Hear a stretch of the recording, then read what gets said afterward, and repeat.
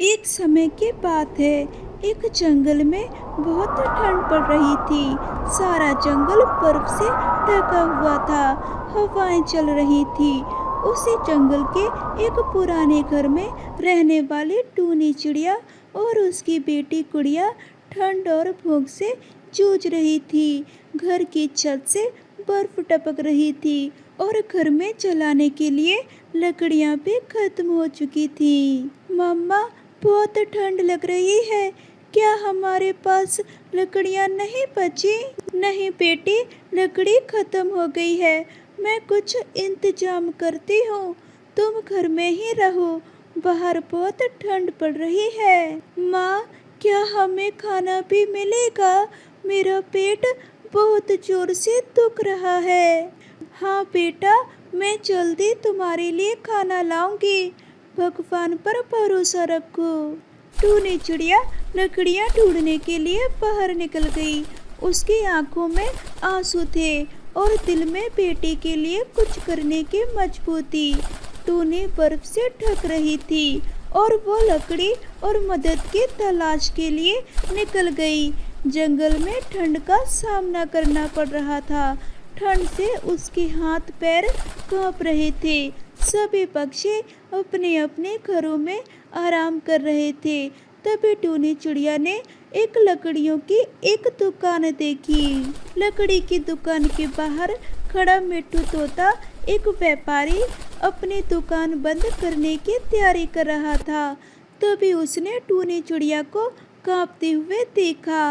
इतनी ठंड में तुम यहाँ क्या कर रही हो? भाई साहब, मेरे पास जलाने के लिए लकड़ियाँ नहीं है।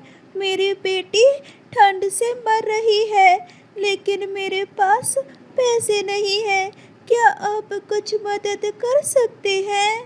तो क्या हुआ, इंसानियत तो है। ये लो लकड़ियाँ और ये कुछ पैसे भी रख लो। अपने बेटे के लिए खाना और दवा ले आना। साहब, आप ये क्यों कर रहे हैं? दुनिया में आजकल कौन किसकी मदद करता है? अगर हम पक्षी होकर पक्षियों की नहीं निभाएंगे तो फिर कौन करेगा? तुम्हारी बेटी की मुस्कान ही मेरे लिए इनाम है। टूनी चिड़िया की आंखों से आंसू बहने लगे। उसने भगवान का धन्यवाद किया। टूनी चिड़िया लकड़ियाँ और मिट्टू तोते से मिला सामान लेकर घर की ओर चली जाती है। बर्फीले जंगल में उसने एक पेड़ के नीचे एक बूढ़े बाबा को देखा जो ठंड से कांप रहा था। उसके फटे कपड़े और भूख से सूखे हुए चेहरे उसकी हालत को बयान कर रहे थे।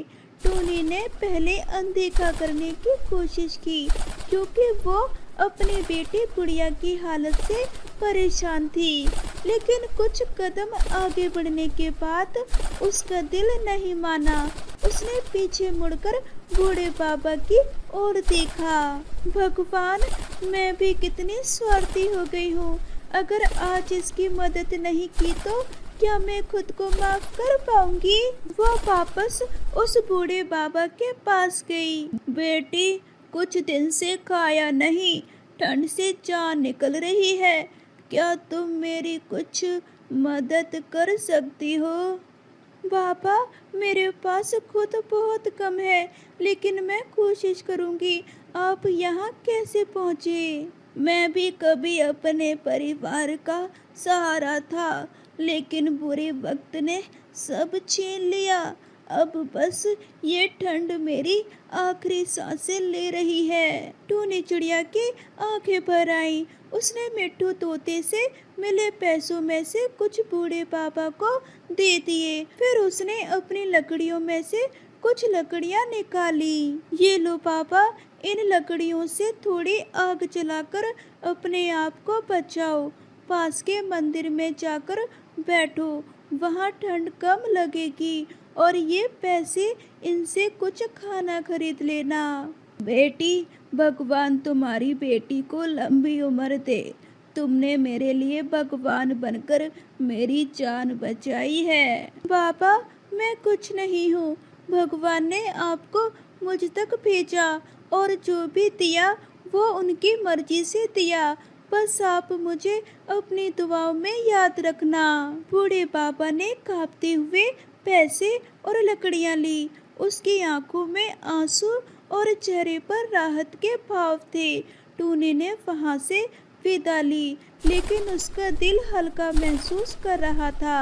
टूनी ने घर पहुंचकर तुरंत आग जलाई। झोपड़ी में थोड़ी गर्मी फैलने लगी। उसने मिट्टू तोते के पैसों से गुड़िया के लिए रोटी बनाई और गुड़िया ने खाना खाया। माँ, अब मुझे ठंड नहीं लग रही। आज बहुत अच्छा लग रहा है। बेटी, आज मुझे भरोसा हो गया कि भगवान किसी न किसी रूप में हमारी मदद जरूर करता है। उस रात ठंड ने भले ही बाहर की हवा को जमाए रखा हो, लेकिन टूनी चिड़िया और गुड़िया के दिल में पक्षियों की गर्माहट थी। इस कहानी से हमें ये सीख मिलती है कि मुश्किल वक्त में उम्मीद और दया का सहारा किसी को नया जीवन दे सकता है। किसी की मदद के लिए बहुत बड़ा काम करने की जरूरत नहीं होती। बस दिल से की गई छोटी मदद भी किसी के लिए अनमोल साबित हो सकती है।